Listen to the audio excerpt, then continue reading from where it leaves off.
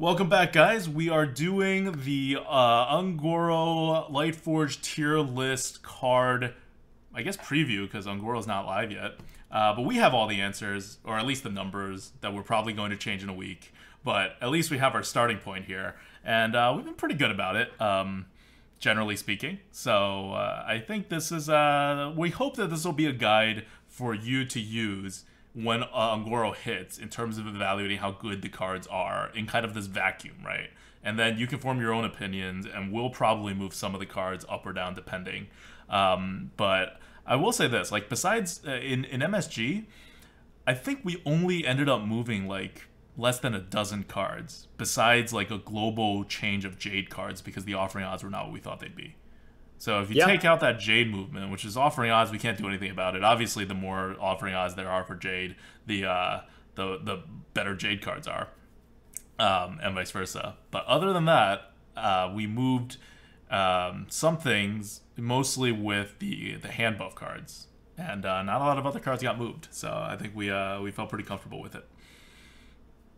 All right, so as you guys know, we will be unveiling the scores very soon. But before we sort of unveil the scores, I want to do a quick rundown of sort of what goes into what we consider when we make the tier list scores. Because we definitely welcome feedback and we welcome sort of criticism and critique. But I think you guys should sort of understand the process a little bit. And I think this will fend off a lot of questions. So number one, when you look at this score that we've accumulated, just remember that it is a complete average, which I know sounds like very simple, but I think it's something people forget. So let's talk about like this way.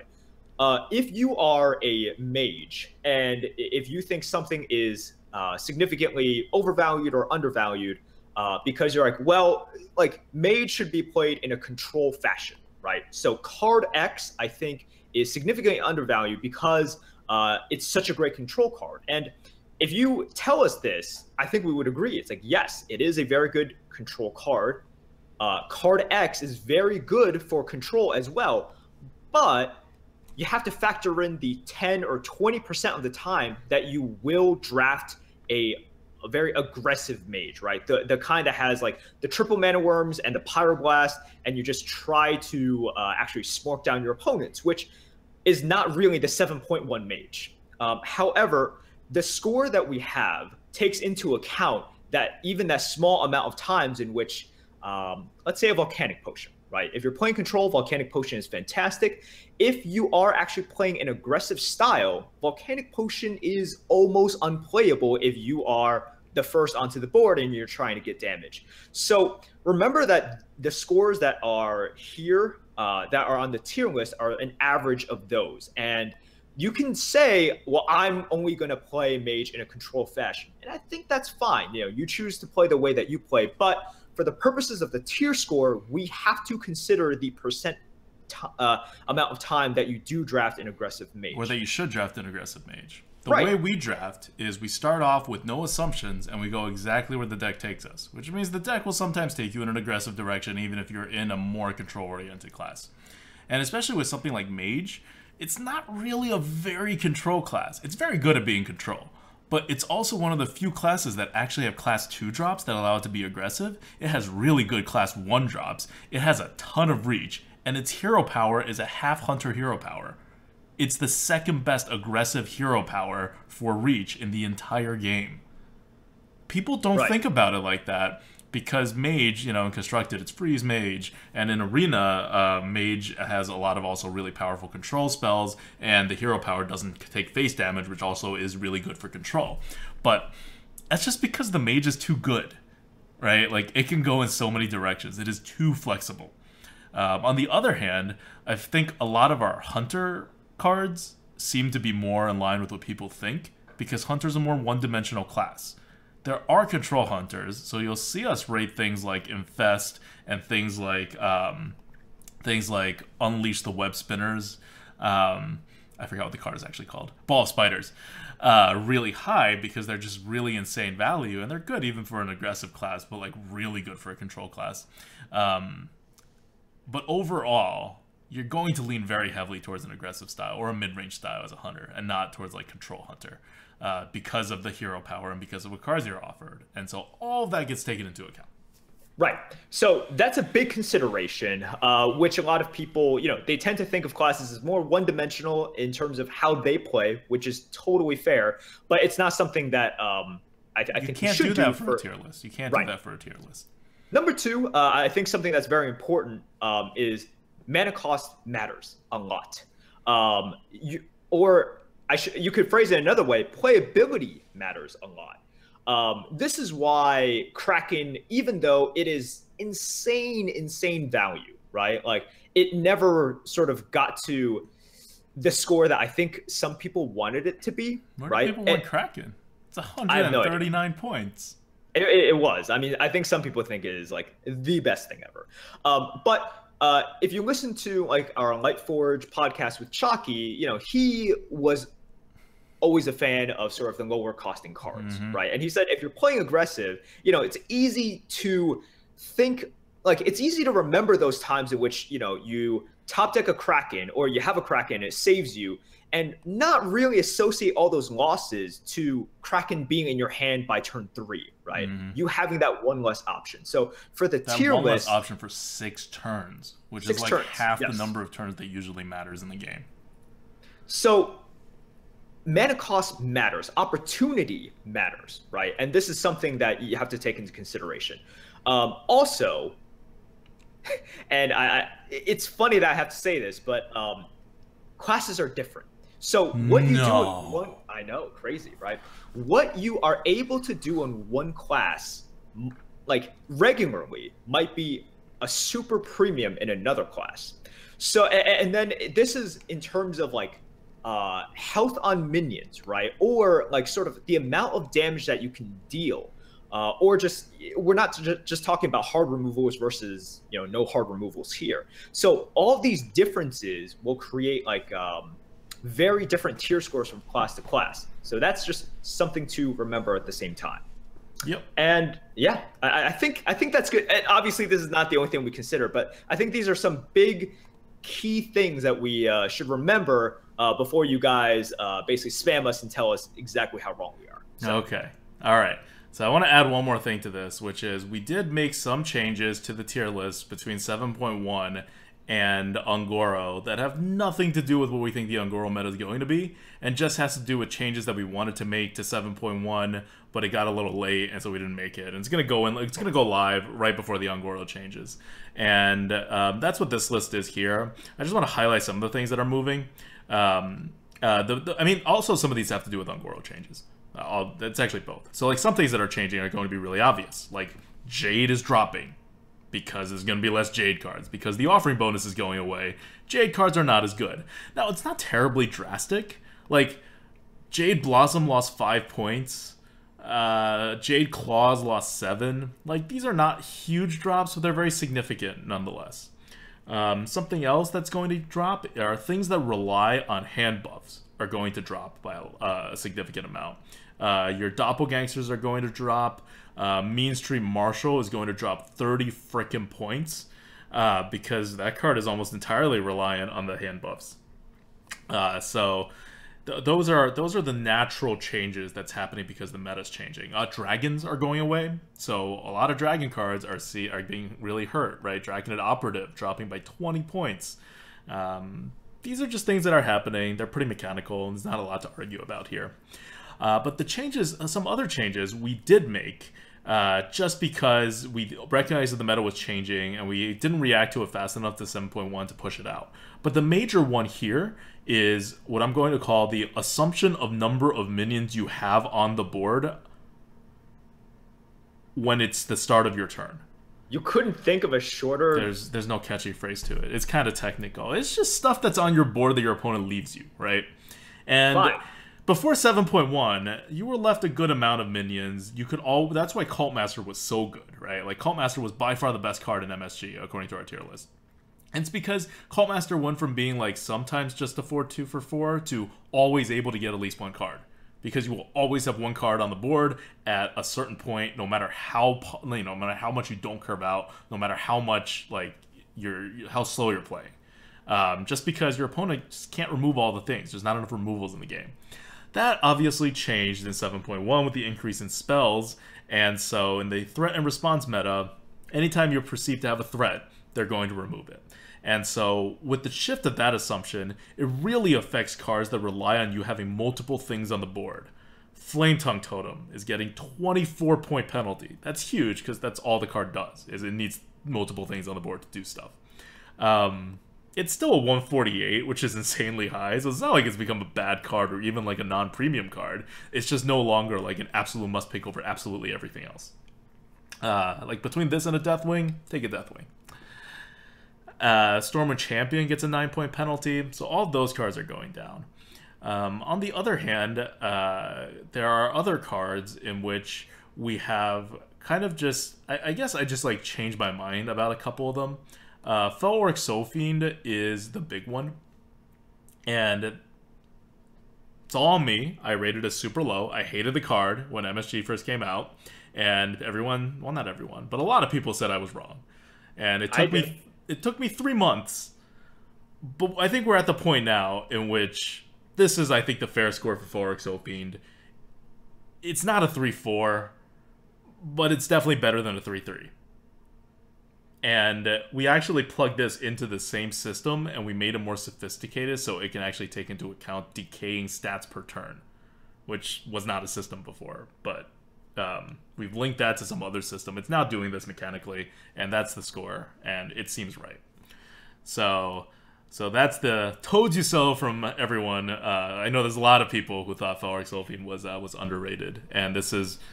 You guys are right about that. I don't know if this is as high as you guys want it to go, but it's not going higher than that. That's it. So you guys are right. To a certain extent. Well, it depends, right? Because some people are like, oh, it should at least be a 100, and they're right. And some people are like, it should be like the best 3-drop ever, and I still don't think they're right by a long shot. Okay, no. So that's what I mean, right? Like, depending on where you were on that. Also, a lot of things got boosted because there's a lot of beasts that are coming into the meta, like neutral beasts. So you have your, like, Menagerie Magicians and, you know, your Zubots and whatever buffed a little. Because there's more beasts in the meta now. Some other things we just changed our mind on. Like, Unbound Elemental, I redid the way I thought about this card when it comes to being played on turn 3, which actually is very good if you can buff it afterwards. And there's a system for that now, let's put it that way. And it's affecting Unbound Elemental a lot. Corruption, don't ignore Corruption. That's just a bug. It's moving up, but it's not moving up by anywhere near 31 points. It's just a bug. It's a bug in the system. It'll move up by like 9 points or like 8 points or something, considering the size of minions and whatnot. And the one last card I want to talk about is Thunder Rhino, which is moving up by 18 points. Tundra Rhino, not Thunder Rhino. Tundra Rhino. I should make cards. Woo! But the Tundra Rhino is moving up by 18 points. Partly because of the increase in beasts, but more than that, much more than that, most of this increase is actually because we were just like arbitrarily denying it points for no good reason, and we're still doing it to some of the cards. There's like a dozen or so cards that we're just like randomly denying points to. But we're releasing Tundra Rhino from captivity on our tier list because there's a lot of beasts in the meta now. Hunters are going super aggressive. This was always its mathematical score, and we were just like, I don't want to put Tundra Rhino that high. And now we're kind of okay with it. That's all that's happened there. So test out Tundra Rhino. It's a 116, which means you should pick it, even though it's a 5-drop in Hunter. All right, so that's the setup. It was a very lengthy setup, I know, but it was a setup to reviewing the neutral cards for Un'Goro, which I know you guys are all excited about. So without further ado, take it away, Merps. We're going to start at the top and go to the bottom. Common/rares, because they have the same offering rates now, so that it makes no difference what the rarity is. Commons and rares, neutral. Let's do this. What's the top card? All right, so this is the card that shapes the meta. We're talking about neutral cards here. So you're going to see this card the most. It is the Snail. Stubborn Gastropod, 2 mana, for a 1/2 beast with taunt and poisonous ability. So, you know, we've had the Kraken meta. We've had the, you know, Bog Creeper meta. Welcome our Snail Overlords. Stubborn Gastropod. This is the neutral meta-defining card. All right, and this fits in with so many of your themes. Look, I'm tying in your themes already. My themes. What themes does it fit into? Okay. This is small things that do, that have big effects, right? Right. Okay, you're getting. How about you talk about some of those themes? You're a little bit too excited. Okay. I can talk about the theme for the next card too, though, because a lot of these themes, they're themes for a reason. They're gonna pop up a lot. All right. I'm just gonna talk about this. Okay, you control yourself. Anyways, the reason why this card is so good, I think you guys can see, like, it is. So for the tier list, it's a 2-drop, so you can always play it, right? It doesn't have the problem where it's a 5-drop or even like a 9 or a 10-drop and you can't play it. It taunts, so it already has an effect on the board, right? Like, and poisonous, so unless they have a removal, they need to basically bump whatever stuff that they have into it. So it is basically always going to get a 1-for-1 or mana-to-mana value. And in most cases, you just force your opponent, when they drop like their Boulder Fist Ogre, you drop this, you basically say, do you have a small removal? If you don't, this thing is getting super value. And because it has taunt, they can't even, like, if you have a 5/5 out there, they can't even bump into your 5/5 first, and then you trade into it. Like, they have to give up their big drop for your little snail. It's not a little snail, man. It's the biggest snail. Yep. It is the snail that stops Ultrasaurs. And it is the #1 card by so many freaking points on our tier list. 155. I'm now going to take this chance to tell you what the scores actually mean, right? You see a bunch of numbers. They're not arbitrary. They're mostly mechanical from a back end that we built that has literally every element of the card, as well as the entire meta and all the expectations. And they always shift in every meta, and as we adjust those, these cards change numbers. That's what's going on with these cards. And so it's not like we're just like 155, that's what I think a snail should be, rather than 142, which is also really good. Like, it's actually a 155. And if we're wrong about that, then we're either wrong about the meta, like how many 2-drops and 3-drops are there, what people are playing, what the stat distribution is, although stat distribution doesn't matter much for snails. Or we're wrong about how much poisonous is worth, or we're wrong about how much taunt is worth as it adjusts to stats, right? All of these are mechanical. And we could be wrong, but these are pretty normal things. We've done a lot of poisonous cards. We've done a ton of taunts. We've done a lot of 2-drops. So this is not a very high-risk card for misvaluation. It is just that good. Now, to give you a sense of the scale, the numbers you're going to see here, I'm going to say the numbers because I know a lot of our listeners use the tier list like in 7.1.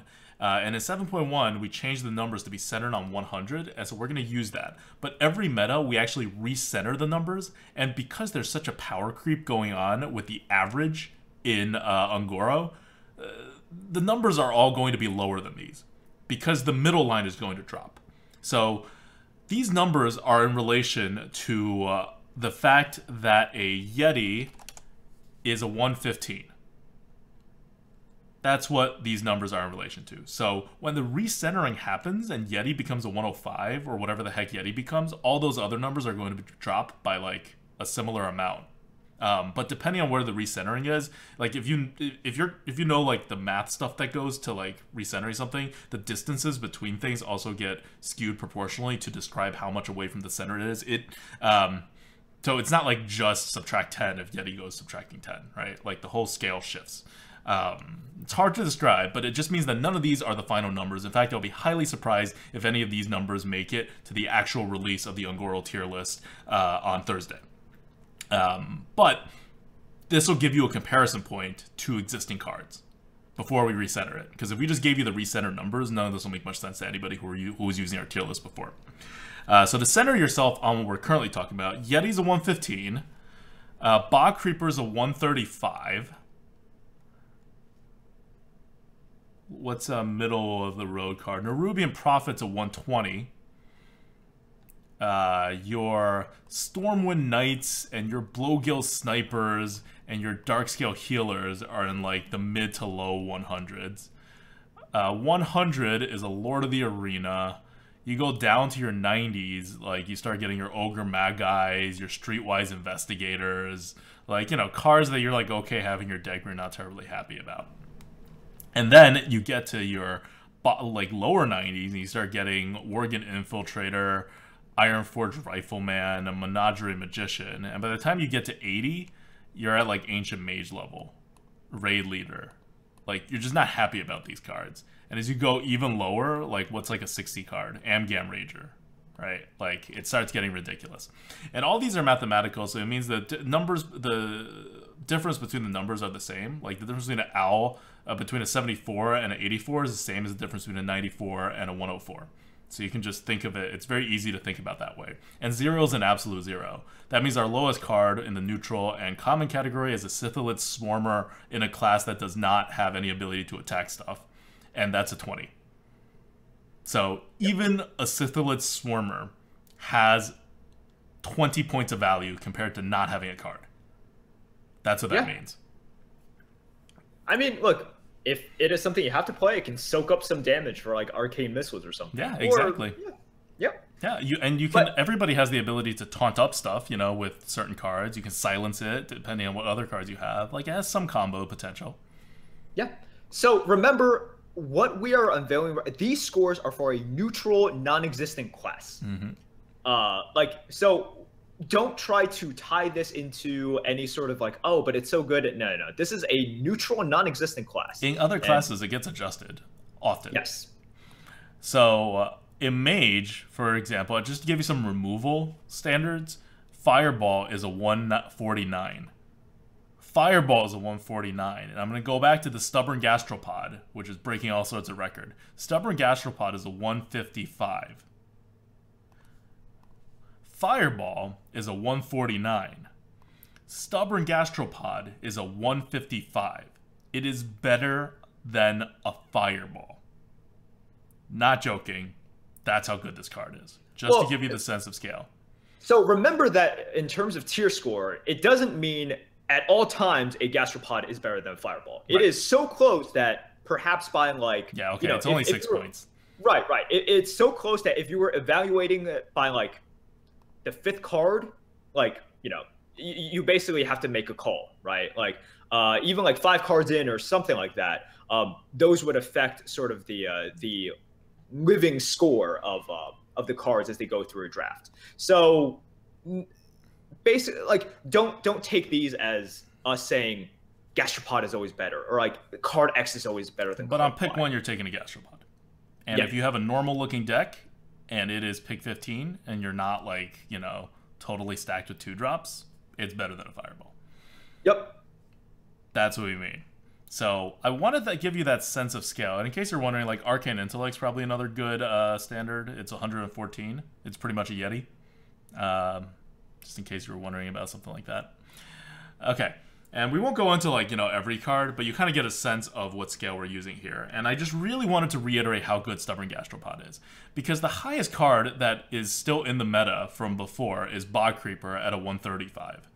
And Gastropod is 20 points higher than a Bog Creeper. Now remember our scale. A Yeti losing 20 points would be a below average card. Like, the difference between a Yeti and a below average card is the difference between Bog Creeper, the best card up to this point, you know, that still exists. Kraken was a bit higher. That's the difference between Bog Creeper and Stubborn Gastropod. It is ridiculous. That's how good Stubborn Gastropod is. Yep. All right. So we have next card is well, we're going down the list in terms of value for Ungoro cards. So the second highest rated card for Ungoro is a Tar Creeper.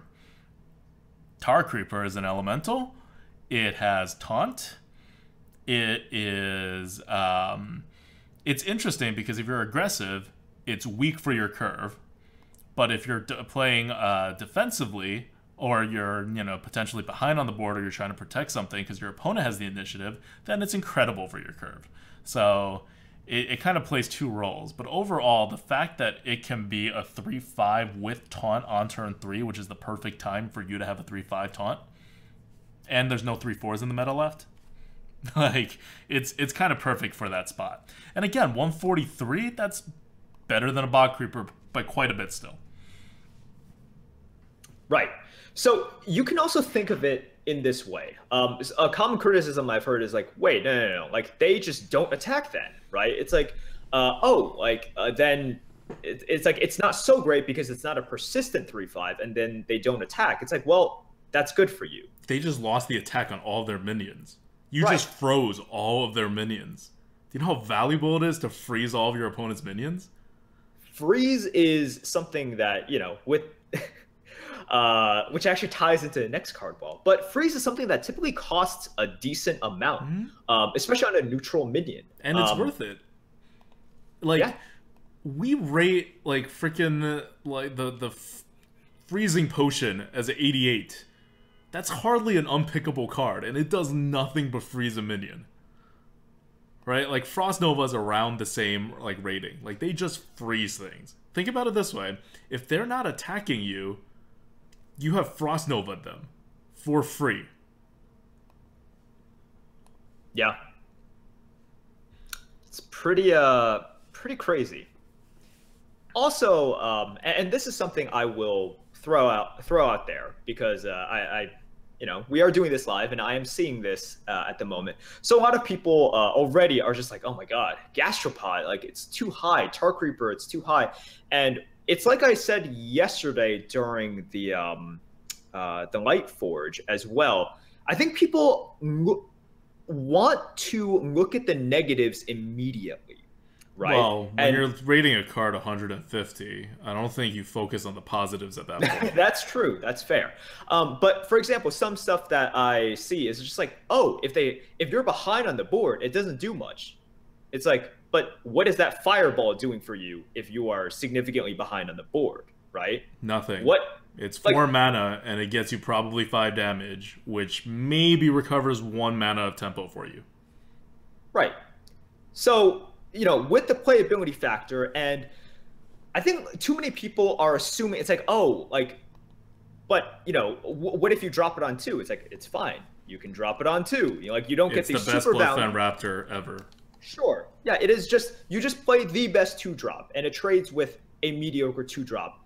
That's fine. Sometimes, a lot of times, your fireball is not trading like significantly up, right? Like, I don't think people value taunts correctly, and I don't know if it's because they don't use taunts correctly or they just don't value correctly. I know another card that a lot of people disagree with us on is Pompous Thespian. Right. Which is a 3/2 taunt. That's a 122. That's one of the best common cards in our book. And we're consistent with it. Higher Gun is a 125. Like, that's one of the best neutral cards in the game for us. And we pick it like that, and we get the win rates to back it up. And why? It's because it's that good. It's because, not that a 4/3 taunt is especially good, but the fact that it is a curve card, basically when your curve begins, which is on 3 these days, and when your curve is over, because again, most of the time you play these cards are not on curve, just because you don't have it in your hand, right? Think about how many cards you've drawn by turn 2, and how many cards you draw over the course of the game. So most of the time you're going to play these cards is way later, and way later, would you rather have like a random 3-drop, even if it is a Scarlet Crusader, or would you rather have something that taunts and can let you win the game? Because that's what taunts do. Right. Taunts let you win the game. Every single taunt is a potential win condition in the late game. A Scarlet Crusader is not. I like to think of it this way, because a common sort of critique I see quite often, and I'm definitely seeing it now as well. It's like, if they have a removal, it sucks. It's really bad. That is something you just extrapolate to every single card out there. Yes, it is a minion. If they have the answer, this card is not as good as I want it to be. That's basically what the critique is, right? In which case, if they have it's like you play something big. It's like if they have the Shadow Word Death, it's really bad. If they have the removal, it is really bad. Yes, Stubborn Gastropod is very bad against backstab. I think we can establish that. It is very bad against backstab, but it is also very good in those times in which you do take a 5-drop or a 6-drop, and you have to balance those out. And even when you balance out the times in which it gets killed by a backstab, the times in which it kills the 5-drop and 6-drop because they don't have an answer, that the taunt is very relevant, that the playability is very relevant, elevates it to a very high score. Like, just think about this way I don't know. I don't understand people arguing with Stubborn Gastropod. But think about it from the Higher Gun, because I think Higher Gun is the best, like, way to think about this, because it should be an awful card if you don't understand how to use taunts effectively. It's not a great stat distribution. And I don't mean it's an awful card, but it should be like an above average card, not a premium card. But the great part about Higher Gun is if it eats a removal, one, you force your opponent to have a small removal, which they're on average only going to get offered 1 or 2 per draft. So even if they take all of it, they only have 2 in their whole deck. So you need to force them to use it on this, and that saves your other cards. Or they've already probably used it on the other card, and then your Higher Gun eats either a really large removal or freezes their entire board. Or prevents damage to your face, or prevents them from removing your win condition. Like, you have to think of cards in terms of how much they let you win. And, you know, that has 2 factors.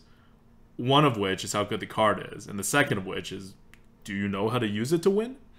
And I think what's happening with taunts, especially these like mid to small taunts, is I really do think most people do not know how to use them very well. And that's why when OG came out, I was like, nice. I like the fact that there are taunts, because taunts are one of the highest skill ceiling cards in the entire game. They are not like Charge. They are the definition of flexible, yet have no real initiative, so it requires turn planning, and yet it could potentially do everything that you want it to do. This is something, so, because Adwix's statement might seem a little bit confusing. It's like, what is skillful about dropping a taunt? And it's like, you don't even click anything after that, right? You don't even decide what I'm going to hit. You could click everything on the board. Oh, you can play around with it. It doesn't. Clicking things has nothing to do with skill. So, what to elaborate on what Advocate is talking about, when you play a taunt, you naturally rely on the taunt to do stuff. Now, if you're relying on it to taunt, you better have a good sort of risk evaluation, right? You better have made a read on their hand and have a confidence level on this taunt surviving. You never play a taunt by just saying, oh, I'm gonna play it and hope. You could do that if that's your only option, in which case you don't even think about it because it is your only option. But most of the time, and why Advocate says playing a taunt actually takes some skill, is because within the risk analysis, you think, okay, I think there's only like a 20% chance he has a removal. Or based on the way he's played, I think that if I taunt here, even if he gets past it, you know, it like the trades on the board are a little bit advantageous for me, something like that. It requires you to make this assessment before you drop it or as you're dropping it. And if you don't drop, like if you don't do that, then you're almost not, like you're almost wasting the value of the taunt itself. Okay, so now that we've spent 15 minutes talking about taunts, because someone in chat said something, let's move on to the actual evaluation of the cards. I thought it was important to establish. Anyways, next we have... I thought we were trying to make it through this before 2 a.m. I gave up. No giving up. No giving up. Okay, next, so we're going to do one last card before we go on our break, because we were going to do like 30 more cards before we go on a break, but we went down this really bad tangent on something that really has nothing. I guess it kind of has something to do with Ungoro, because there's a lot of taunts coming up, and this is a question that's going to come up every single time. Exactly, haha. But really though, like all of these are going to be consistent in that taunts, especially small taunts, are really freaking valuable. Yep.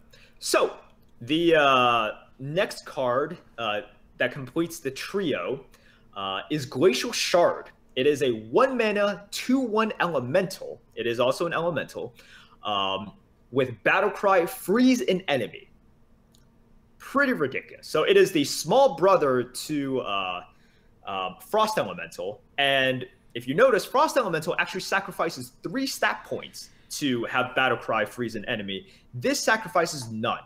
On average, you should get 3 stats with a 1-drop. You get 3 stats here. You get it in... typically, you prefer a 2/1 to a 1/2. 1/2 doesn't really do anything. And with a really, really insane Battlecry, right? Like, this helps you dictate trades.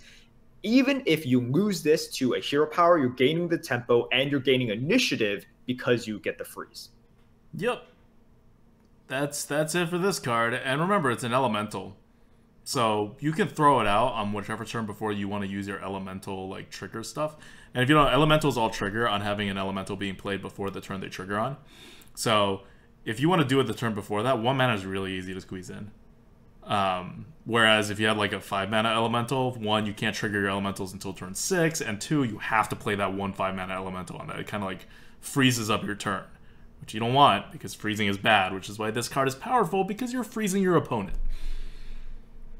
And that is Glacial Shard, and that concludes the first part of our evaluation of neutral cards. The reason we put these 3 cards together is they're all rated great. Stubborn Gastrobot's a 155, Tar Creeper's a 143, Glacial Shard's a 141, and they are all in the category of better than Kraken ever was. At no point was Kraken better than any of these cards are going to be in the Ungoro meta. That is 3 common cards that are better than the best common card that ever existed. Just giving it a little time for it to sink in. That's crazy. This is crazy amounts of neutral card power creep. And we'll talk about it when we get to class cards, but there's really no power creep at all for class cards. Class cards kind of suck in Ungoro. Like, relatively to the other cards. Like, they're okay, but they're nothing to write home about. But these neutral cards are, like, meta-defyingly, mind-blowingly good. Okay. And that's it for this section. We'll see you in the next video, in which we will blow through the rest of these cards so we can go to bed at 2 a.m. And that was